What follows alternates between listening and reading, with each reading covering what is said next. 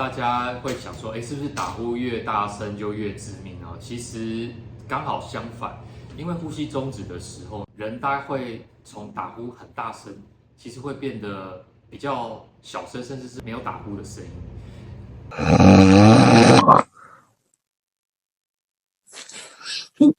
为什么会这样子呢？主要是因为呼吸中止，就是因为呼吸道缩得很小。那致命的打呼声，一般来讲，它的打呼的声音，会从原本很大声的打呼，大家听一下，就是说，呼吸中止的声音，大部分都是一些很细微的打呼声，打呼的声音，然后伴随着倒抽一口气啊，或是咳嗽啊这类的感觉。呼吸中止要怎么样知道自己有呢？第一个就是看你平常的症状，有没有就是睡不饱，就睡再久，白天还是昏昏沉沉啊，中午吃饱就想要坐在沙发上就可能会想要睡，或者是你平常在等红绿灯的时候，坐在巴士或是车上的时候，莫名其妙就会入睡，这个就很有可能是睡眠呼吸中止的症状。那第二个就是如果旁边有人跟你一起睡，有观察到你睡觉打呼声音很大，但是突然没有打呼的声音了。或者是打呼声音很大，合并没有打呼的声音，之后又有那种呛醒、咳醒的感觉，倒抽一口气，那这个也有很高的几率是你有睡眠呼吸中止症。那要怎么样确认？还是要来医院睡一个晚上，做一个多频道睡眠呼吸生理的检查，才会知道你确切有没有呼吸中止。那再来就是大家也可以上网做一些睡眠检查的问卷，像是之前有提到的 EPS。嗜睡问卷，或者是我们叫做 Stop Band 的问卷，健检报告主要还是针对一些像你有没有三高啦，例如说有没有血糖高或者是血脂肪高。不过这个部分确实，如果你又合并呼吸中止症的话，那你的风险，心血管的风险就会比一般人来得更高。还有一个就是 BMI， 就是你的体重，再来就是你的内脏脂肪或是体脂肪率，这个部分都跟呼吸中止症可能会有很大的相关。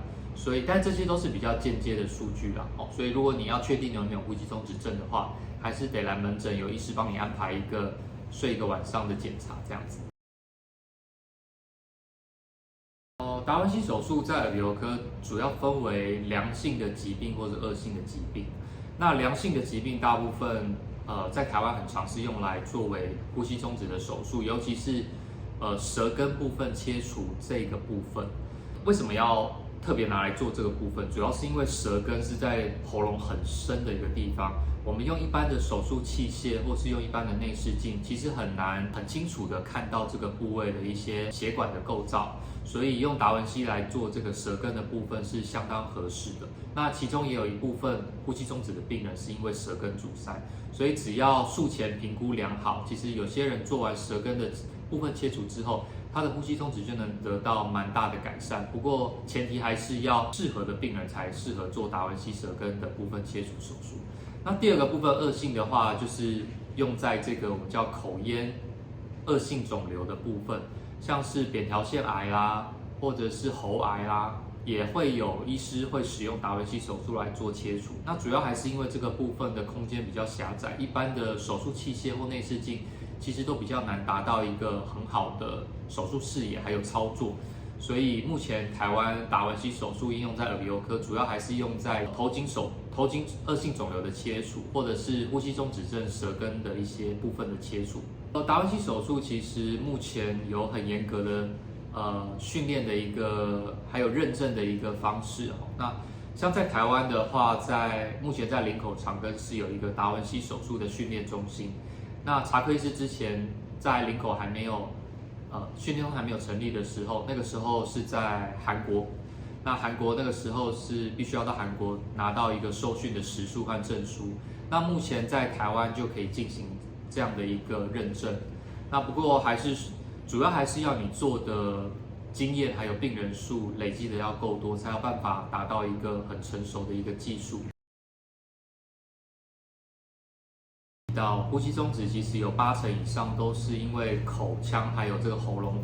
有阻塞所造成的。那这些部位包括了扁桃腺，包括了软腭，也有人叫做悬雍垂。那第3个就是舌根，那第4个就是会咽软骨的部分。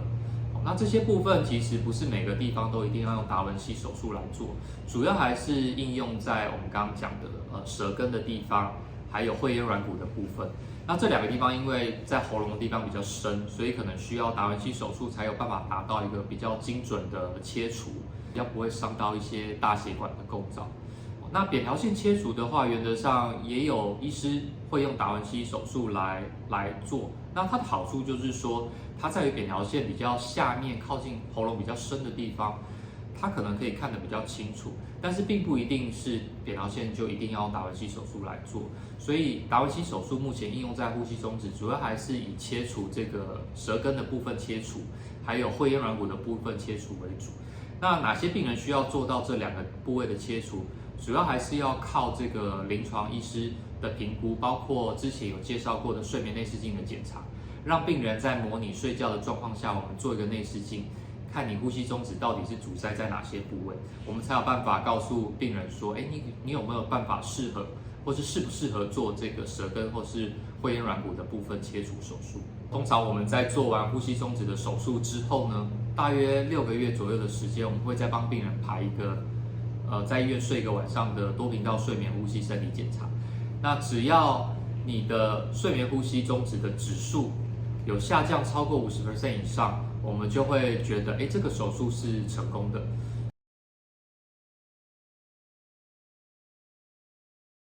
好，那查克医师介绍一下什么叫做睡眠内视镜。好，那我不知道大家有没有做过这个无痛胃镜或大肠镜。那无痛胃镜、大肠镜的意思就是它会接受一个舒眠麻醉，就是在你的血管打一个我们叫做牛奶针的东西。那这个东西就是会让你睡着。那当然，我们还会有一些其他呼吸啊、睡眠深度的监测，来确保你在做了舒眠麻醉之后呢，可以达到我们想要的一个麻醉的深度。那睡眠内视镜就是利用这种麻醉药，让你达到一个接近于类似平常睡眠的一个状态。那我们再用一个很细的内视镜观察一下你的鼻腔啦、上呼吸道啦，还有这个刚刚讲的扁桃腺、舌根啊、会咽软骨的地方有没有阻塞。那或者是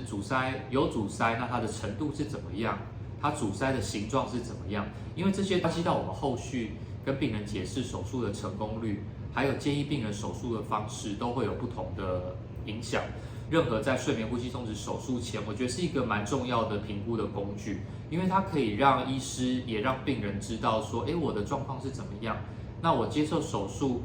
到底要接受哪几种手术？还有我接受手术之后呢，它的成功率到底可以达到多少的成功率？我想这些对于医生还有对于病人来讲，都是一个比较安心，还有应该说比较标准化的一个检查。那也可以让医生和病人很确切的知道他自己的呼吸中止的状况，还有手术之后可能的成功率会有多少。